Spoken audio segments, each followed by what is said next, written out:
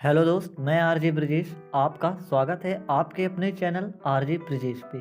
यहाँ मैं आपको मोटिवेशन छोड़ के बाकी सारी कहानियाँ सुनाऊंगा। ये मेरी पहली कहानी है। आइए शुरू करते हैं। एक लड़की जो क्लास 10th में पढ़ती है, सुबह स्कूल के लिए तैयार होती है। अपने बाल बांधते हुए अपने मम्मी से टिफिन मांगती है। हिंदी की कॉपी लेने के लिए अपने पापा से 20 रुपए मांगती है। उसके पापा उसे 50 रुपए देते हैं और बोलते हैं बचे हुए पैसों का कुछ खा पी लेना। अंकिता पैसे लेती है और अपनी साइकिल निकालती है, स्कूल की ओर चल देती है। रास्ते में उसका इंतजार कुछ लोफर लड़के कर रहे होते हैं जो अंकिता को पटाना चाहते हैं। वो अंकिता का पीछा पिछले 3 महीने से कर रहे हैं। आज वो लोग उससे बात करने के लिए उसे रोकने का प्लान कर रहे हैं। दुर्गेश कहता है, आज तो तुम्हारी भाभी से अपने दिल की बात बोल ही दूंगा। अगर नहीं बोल पाया तो मैं इंसान का बच्चा नहीं। दुर्गेश का दोस्त सूरज कहता है, भाई साहब आपकी शकल जो है कुत्ते से बड़ी फटीक मिलती है। दुर्गेश बोलता है, काहे बकचोदी कर रहे हो यार, किसी तरह तो आज इस मेरे दिल ने थोड़ी बहुत हिम्मत दिखाई है। दुर्गेश का दोस्त प्रमोद बोलता है, भाई साहब आपकी हिम्मत को हमारा सलाम, बस भाभी को देख के आपकी गांड न फट जाए। दुर्गेश कहता है, साले तुम दोस्त नहीं हमारे दुश्मन हो। तभी अंकिता सामने से आ रही होती है।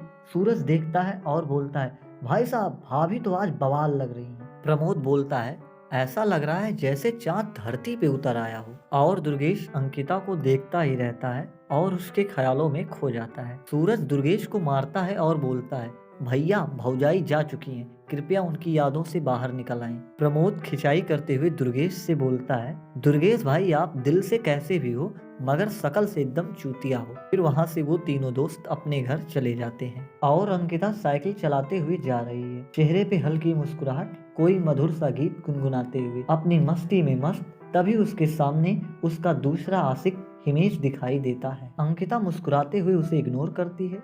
हिमेश भी उसी के क्लास में पढ़ता है। साइकिल से वो भी उसका पीछा करता है। कुछ देर पीछा करने के बाद उसे आवाज लगाता है, हेलो अंकिता, हेलो अंकिता, अरे मैडम सुन तो लो।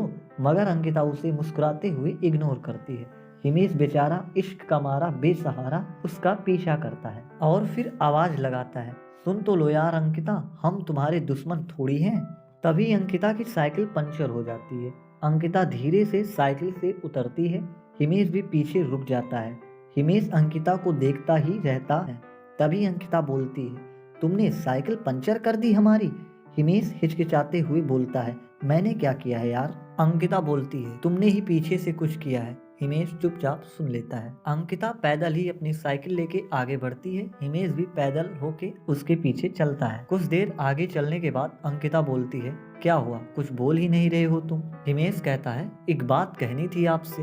अंकिता कहती है, हिंदी की कॉपी मेरी नहीं पूरी है। हिमेश कहता है, रास्ते में रोक के कॉपी कौन मांगता है यार। अंकिता बोलती है, फिर क्या बात है। हिमेश मन ही मन मुस्कुराता है और सोचता है, इससे अपने दिल की बात कैसे बोलूं, कहीं ये गुस्सा हो गई तो। हिमेश कुछ बोलने की कोशिश करता है। तभी अंकिता बोलती है, क्या बात है, कुछ बोल क्यों नहीं रही। हिमेश बोलता है, तुम कहाँ पंचर साइकिल लेके स्कूल जाओगी, मुझे दे दो, मैं शाम को पंचर लगवा के तुम्हें वापस कर दूंगा। अंकिता बोलती है, नहीं रहने दो, कोई जरूरत नहीं है। हिमेश बोलता है, यार कब तक तुम पैदल जाओगी, मुझे दे दो, मैं लगवा के वापस कर दूंगा। अंकिता कहती है, नहीं रहने दो, मैं खुद ही लगवा लूंगी। हिमेश कहता है, आप तो अपनी जिद पे ही अड़ गई हैं, मैं खा नहीं जाऊंगा तुम्हारी साइकिल। अंकिता कहती है, ऐसी बात नहीं है। हिमेश कहता है, तुम्हें स्कूल जाने में देर हो जाएगी, तुम मेरी साइकिल ले लो, अपनी मुझे दे दो, मैं शाम को पंचर लगवा के तुम्हें वापस कर दूंगा। अंकिता कहती है, हाँ स्कूल के लिए तो लेट हो ही जाऊंगी। अंकिता रुकती है और हिमेश की तरफ देखते हुए कहती है, ठीक है लेकिन शाम को टाइम से आ जाना। हिमेश कहता है, जैसे आपकी इच्छा। अंकिता और हिमेश साइकिल बदलते हैं। अंकिता हिमेश की साइकिल लेके स्कूल चली जाती है।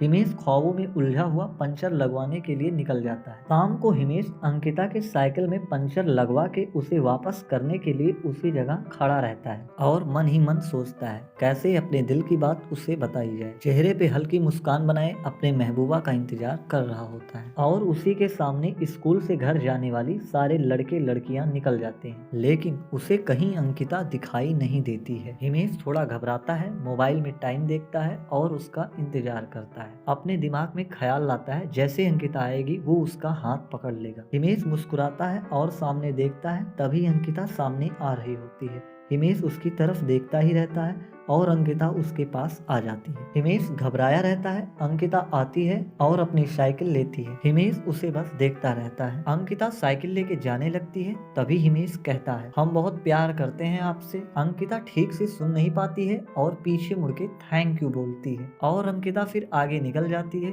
हिमेश उसे देखता ही रहता है और फिर घर चला जाता है। आज की इस कहानी को यहीं पे स्टॉप करते हैं, आगे की कहानी अगले दिन सुनाएंगे। Thanks for listening this story. I am RJ Brijesh. Share this story our friend circle and comment unique names.